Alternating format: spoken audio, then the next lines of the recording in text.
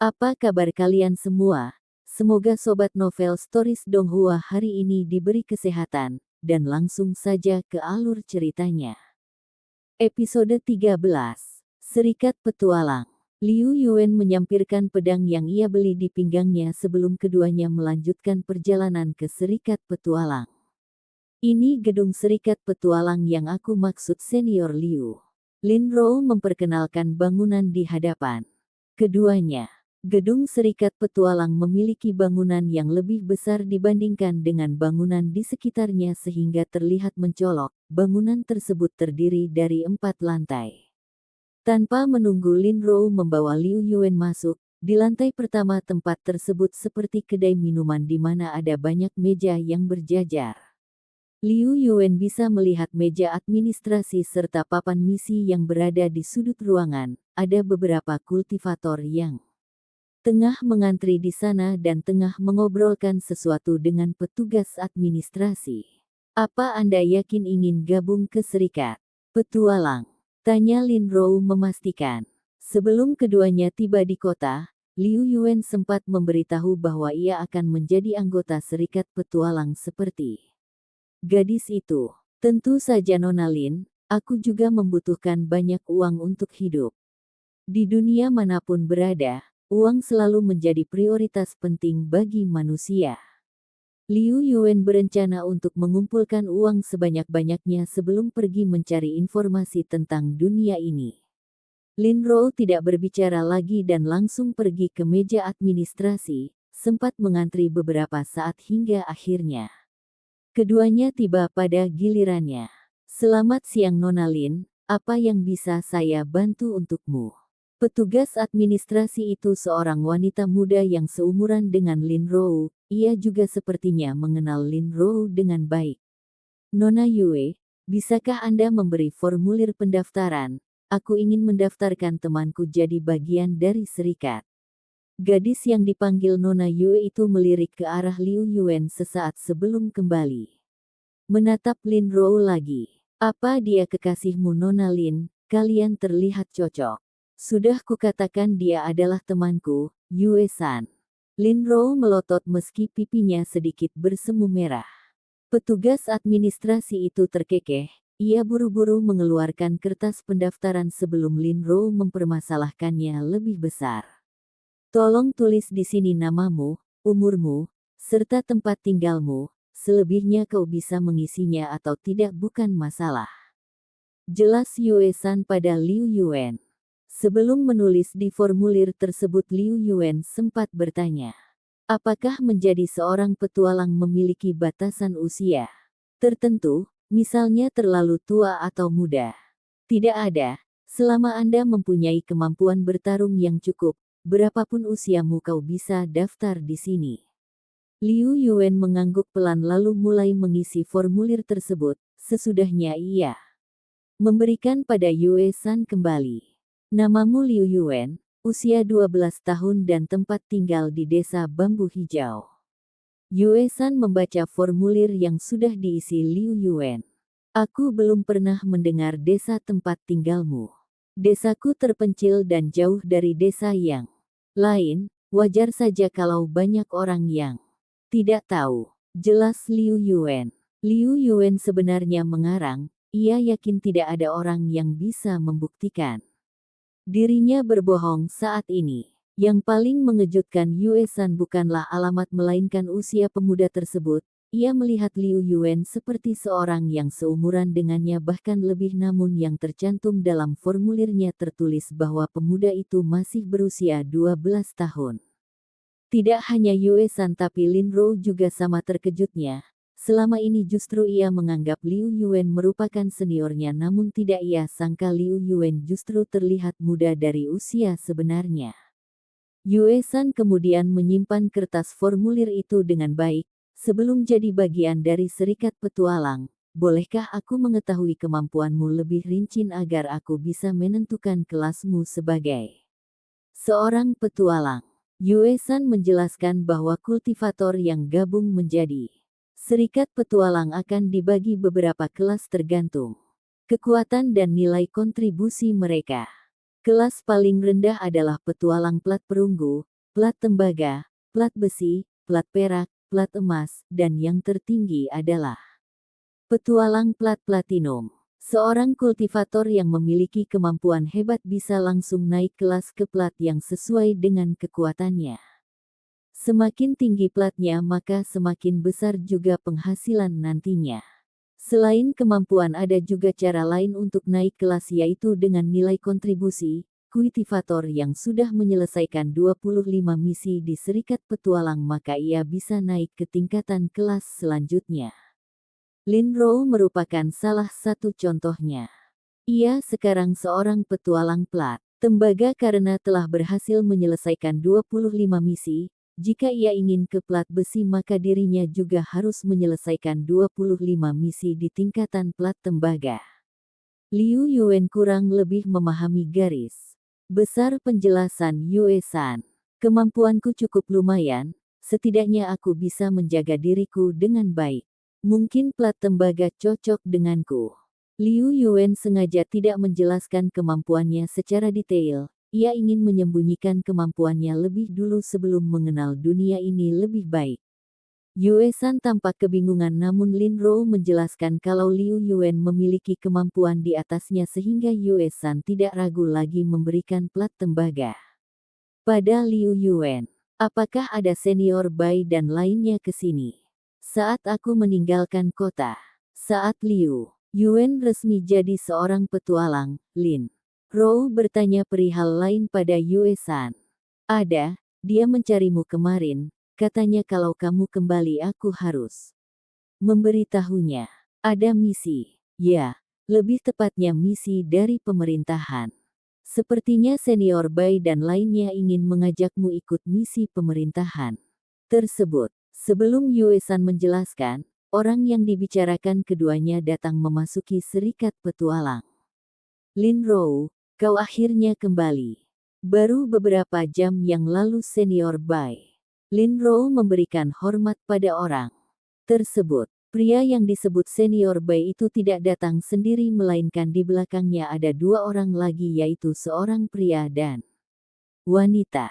Senior Bai yang dimaksud Lin Rou merupakan seorang pria yang memiliki perawakan tinggi dan berbadan besar serta mempunyai kepala pelontos. Liu Yuan mencoba membaca kekuatannya namun ia mengerutkan dahi karena tidak merasakan gelombang Qi yang terpancar dari tubuh pria botak tersebut. Dia bukan seorang kultivator. Batin Liu Yuan keheranan. Syukurlah kau kembali, Ruer. Aku khawatir karena sudah 2 minggu kau tidak ada kabar. Wanita di belakang senior Bai langsung tersenyum lembut dan menghampiri Lin Rou. Usia wanita itu sekitar 30-an tahun. Lin Rou membisikkan pada Liu Yuan bahwa wanita yang berbicara lembut padanya bernama Han Ziwei sementara pria di sampingnya adalah suami dari Han Ziwei yang bernama Long Chen. Sebenarnya ada masalah ketika aku pulang ke rumah nenek, Bibi Ziwei. Andai saja saudara Liu tidak menolongku saat itu mungkin aku akan dalam bahaya. Lin Rou kemudian menjelaskan tentang pertemuannya dengan perampok tengkorak hitam pada mereka. Senior Bai, Han Ziwei, serta Long Chen sampai terkejut dengan apa yang terjadi dengan gadis itu terlebih ketika mendengar Liu Yuan bisa melumpuhkan mereka dalam sekali pukulan. Long Chen mendekati Liu Yuan dan langsung memberikan hormatnya. Terima kasih karena sudah menolong Ruer, tanpamu mungkin Ruer sudah tiada. Tidak perlu berterima kasih senior, sudah kewajiban bagi kita untuk menolong siapa yang membutuhkan. Liu Yuan menjawab sambil tersenyum dengan lembut. Long Chen merasa kagum dengan sikap Liu Yuan yang merendah, ia kemudian memperkenalkan namanya pada pemuda tersebut. Episode 14. Misi Pemerintahan. Namaku Liu Yuan, senang bertemu dengan Anda juga. Liu Yuan ikut memperkenalkan namanya pada Long Chen, Han Ziwei, dan juga senior Bai. Ketiganya kemudian memberitahukan bahwa mereka satu tim dengan Lin Rou di Serikat Petualang. Liu Yuan sempat mendengar dari gadis itu sebelumnya jadi bisa langsung memahaminya. Di Serikat Petualang, bukanlah hal aneh seorang petualang membentuk sebuah kelompok dengan petualang lainnya. Selain karena cara ini membuat misi mereka dapat diselesaikan dengan mudah, berkelompok juga bisa meningkatkan peluang keselamatan mereka. Menjadi seorang petualang memang memiliki penghasilan yang besar, tetapi harus diketahui bahwa tingkat bahayanya juga tinggi. Tidak sedikit petualang terbunuh saat menyelesaikan misinya. Demi menyambut serta berterima kasih pada Liu Yuan, Senior Bai membuat sedikit jamuan untuknya, yaitu berupa pesta minum-minum. Maaf, aku tak bisa memberikan dia arak, usianya terlalu muda untuk meminum minuman keras. Yue-san, sebagai administrasi serikat petualang dengan terpaksa menolak pesanan Long Chen. Terlalu muda. Dia terlihat seumuran Ruer. Long Chen keheranan. Yue-san batuk pelan. Ia akan berpikir hal yang sama jika sebelumnya Liu Yuan tidak memberitahu usia aslinya. Anda salah. Dia masih berusia 12 tahun. Seketika itu juga pesta minum-minum itu langsung rusak. Selain Lin Rou, ketiganya tidak mengetahui usia Liu Yuan yang sebenarnya. Kau sungguhan berusia 12 tahun, saudara Liu, tanya Long Chen tidak percaya. Liu Yuan mengangguk pelan diikuti senyuman tipis. Menurut Lin Rou, pemerintah mempunyai peraturan sendiri. Dengan minuman keras, mereka membatasi bahwa yang boleh minum hanya orang berusia 17 tahun ke atas, sementara usia di bawahnya dilarang keras. Jika mendapati ada yang melanggar, pemerintah tidak segan-segan menghukum atau bahkan menjebloskannya ke penjara. Lagi pula andai aku cukup umur, aku tidak akan minum arak. Batin Liu Yuan dalam hati, baik dari kehidupannya dulu ia tidak suka dengan arak yang dapat memabukkan. Kalau begitu minum teh saja, bisa kan? Senior Bai mengubah pesanan. Yue-san mengangguk pelan sebelum mencatatnya, lalu ia pergi ke dapur. Selain melayani para petualang, serikat ini juga menjual beberapa minuman serta makanan. Maaf saudara Liu, sepertinya perayaanmu harus ditunda dulu. Senior Bai tersenyum canggung. Sebelumnya ia yang mengajak duluan untuk menjamu Liu Yuan, tapi tidak menduga usia Liu Yuan akan mengkhianati penampilannya. Liu Yuan mengatakan tidak apa-apa, lagi pula sejak awal dirinya tidak butuh jamuan tersebut. Kelimanya kemudian pesta minum teh, berbeda dengan arak yang membuat si peminum jadi kehilangan akal. Minum teh berefek sebaliknya, di mana pikiran mereka jadi terasa lebih jernih. Dari momen itu Liu Yuan menangkap sesuatu yang unik dari tim Lin Rou. Dibandingkan sebuah tim, mereka tampak sangat dekat sebagai sebuah kelompok. Kau pasti menyadarinya kalau hubungan kami cukup dekat, bukan? Seolah bisa membaca pikiran Liu Yuan, Han Ziwei menatap pemuda tersebut. Kami memang tim, tapi kami sudah menganggap satu sama lain sebagai keluarga.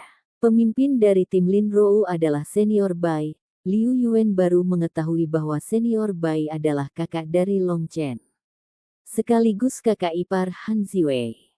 Di antara ketiganya hanya Lin Rou yang paling muda, plat mereka masih tembaga, dan hanya Senior Bai yang sudah mencapai plat besi. Liu Yuan cukup keheranan bagaimana Senior Bai bisa mencapai petualang plat besi padahal ia bukanlah seorang kultivator. Keheranan Liu Yuan akhirnya terjawab oleh Senior Bai sendiri. Tubuhku memang tidak bisa menyerap Gi karena dulu aku gagal membuka gerbang dantian, tapi aku bisa mengandalkan fisikku sebagai gantinya, kata Senior Bai sambil memamerkan otot kerasnya. Di beberapa kasus, memang ada yang seperti Senior Bai ini yang gagal membuka gerbang dantian, akibatnya mereka tidak bisa menjadi seorang kultivator.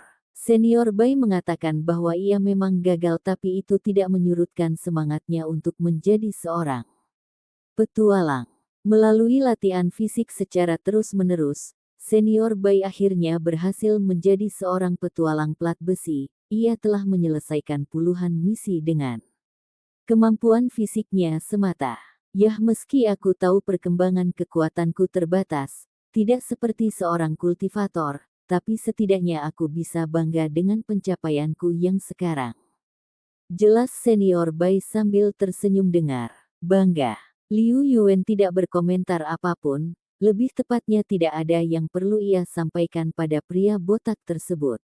Berbeda dengan senior Bai, Long Chen dan istrinya Han Ziwei adalah seorang kultivator. Kekuatan mereka berada di tingkatan alam spirit tahap 6 dan 5. Kudengar kau baru daftar jadi seorang petualang, ya. Senior Bai mengubah topik pembicaraannya. Iya, aku baru hendak mengambil misi hari ini, jawab Liu Yuan. Kalau kau mau, kau bisa gabung bersama kelompok kecilku. Kebetulan besok kami akan pergi menyelesaikan misi dari pemerintahan. Uangnya cukup lumayan, kau bisa dapat uang dan nilai kontribusi yang banyak dari sana. Misi dari pemerintahan, misi apa itu? Senior Bai kemudian menjelaskannya secara singkat. Misi dari pemerintahan merupakan misi yang diberikan bangsawan yang memegang kota ini pada Serikat Petualang. Misi tersebut biasanya bersifat umum, artinya petualang manapun bisa ikut berkontribusi tanpa memandang plat yang mereka miliki. Adapun misinya, kita harus membunuh siluman yang hendak masuk ke kota Yama. Setiap tahunnya selalu ada kawanan siluman yang melewati kota ini, menyebabkan banyak kekacauan sehingga para petualang dikerahkan agar mencegah siluman-siluman tersebut masuk. Jelas. Senior Bai. Lin Rou kemudian menambahkan bahwa setiap siluman yang dibunuh dapat dijual di serikat, baik itu tubuh maupun permatanya. Tidak heran misi pemerintahan ini sering juga disebut sebagai misi bonus bagi para petualang untuk menambah penghasilan mereka. Liu Yuan merasa tertarik, kebetulan ia juga sedang membutuhkan banyak uang. Liu Yuan langsung setuju soal penawaran untuk ia gabung ke kelompok Lin Rou itu. Senior Bai tertawa, bagus, kebetulan aku kekurangan garda depan, kau bisa membantuku di posisi itu. Senior Bai mengatakan itu karena melihat pedang di pinggang Liu Yuan sehingga ia bisa menebak kalau pemuda itu merupakan petarung jarak dekat. Senior Bai kemudian menerangkan kalau ia adalah seorang ahli kampak yang bisa memotong kulit siluman dengan mudah. Long Chen pengguna pedang ganda lalu Han Ziwei yang merupakan seorang pemanah. Dalam kelompok, mereka mempunyai posisi dan peran masing-masing. Keberadaan Liu Yuan bisa dibilang membantu posisi kelompok mereka yang sempat kosong. Liu Yuan tidak menolak, di keesokan harinya kelimanya kemudian berangkat menuju sebelah selatan kota Yama. Karena kota Yama terletak di tengah hutan, wajar saja banyak siluman yang terkadang masuk melewati dinding kota. Para petualang ini berjaga di luar tembok kota. Ketika Liu Yuan dan lainnya tiba, di sana ternyata sudah banyak para petualang lain yang sudah datang dan menunggu. Menurut Senior Bai, hampir semua petualang di serikat memang pergi untuk ikut misi dari pemerintahan ini. Siluman-siluman itu akan bermunculan ketika menjelang malam, sebaiknya kita persiapkan diri terlebih dahulu sebelum para siluman datang, kata Senior Bai pada Liu Yuan dan lainnya. Episode 15. Serigala Malam. Liu Yuan menaruh buntalan kainnya yang berisi bahan-bahan pil di tanah. Ia kemudian melihat sekitarnya. Di tempat misi yang akan berlangsung ternyata sudah banyak tenda yang berdiri di mana-mana. Tenda-tenda tersebut merupakan milik para petualang, karena misi dari pemerintahan ini berlangsung selama beberapa hari sehingga mereka membuat tenda itu untuk tempat tinggal sementara. Senior Bai juga membawa kain yang biasanya digunakan untuk membuat tenda. Ia membuat 3 tenda, 1 untuk dirinya, 1 untuk Long Chen dan Han Ziwei. 1 lagi tenda untuk Lin Rou. Saudara Liu, jika tidak keberatan kau bisa istirahat di tendaku, kata Senior Bai. Liu Yuan mengangguk dan berterima kasih. Ia kemudian membuat api unggun untuk membuat makanan mereka. Karena hari masih terang, Liu Yuan memilih menghabiskan waktunya dengan menyerap pil buatannya. Liu Yuan sedikit memisahkan diri dari tenda Senior Bai dan lainnya. Meski kemampuannya sudah tinggi, Liu Yuan tidak pernah berhenti untuk berlatih, ia yang paling sadar batas kemampuan dirinya sampai mana. Biarkan saja, dia mungkin sedang berlatih. Ucap senior Bai pada Lin Rou saat gadis itu hendak menawarkan makanan ke Liu Yuan. Bukankah sebaiknya kita siapkan stamina dulu, sebentar lagi gerombolan siluman itu akan datang bukan? Han Ziwei kebingungan. Dia pasti punya alasan sendiri kenapa harus berlatih sekarang, aku yakin pemuda itu bukan kultivator biasa. Kenapa senior bisa yakin kalau dia? Ucapan Han Ziwei tiba-tiba terhenti saat ada sekelompok orang datang ke perkemahan mereka. Tidak hanya Han Ziwei tapi senior Bai, Long Chen, dan Lin Rou juga ikut bereaksi, tampak wajah keempatnya merasa tidak senang dengan kelompok tersebut. Long Bai, kau ikut ke misi ini. Kupikir kalian akan tetap di kota dan bersembunyi. Hahaha. Salah seorang dari kelompok itu tiba-tiba mengejek dan menertawai senior Bai. Itu bukan urusanmu, siapapun diperbolehkan ke sini asalkan memiliki kemampuan yang nyata. Nada senior Bai terkesan sedikit dingin. Semua petualang di sini setidaknya merupakan kultivator, kau tahu. Mereka mempunyai gi di tubuhnya, bukan kau yang hanya menggunakan otot sebagai kekuatan. Orang di kelompok itu masih mengejek, yang segera disambut tawa oleh teman-temannya. Senior Bai mengepalkan tangannya keras, begitu juga dengan Long Chen, Han Ziwei, dan Lin Rou yang ikut tersinggung. Keempatnya ingin sekali membalas perkataan orang yang mengejek itu tapi ada sesuatu yang membuat mereka memilih diam. Kenapa? Kalian tersinggung? Mau marah? Kenyataannya kalian hanya bisa diam dan menerima hinaan kami bukan? Orang itu tersenyum sinis lalu ia berbalik dan mengajak teman-temannya pergi. Sebaiknya kalian berjaga jarak dalam misi sekarang, jangan sampai kelompok kalian menjadi beban bagi kelompok petualang yang lain. Dasar kelompok sialan itu. Han Ziwei murka, ia berkata seperti itu setelah orang-orang tadi menjauh. Sudahlah, tidak perlu mendengarkan perkataan mereka, lebih baik kita fokus untuk membuat strategi pada misi ini. Sebagai pemimpin kelompoknya, senior Bai mencoba tenang dan berpikir seobjektif mungkin.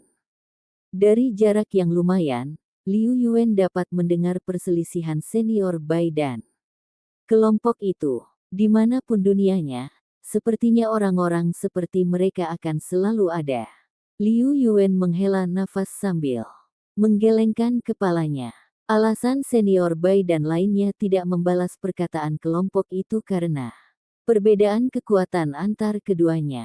Kelompok itu jelas jauh lebih kuat dari kelompok senior Bai. Semua anggotanya memiliki plat besi dan yang paling kuat di antara mereka adalah petualang plat perak.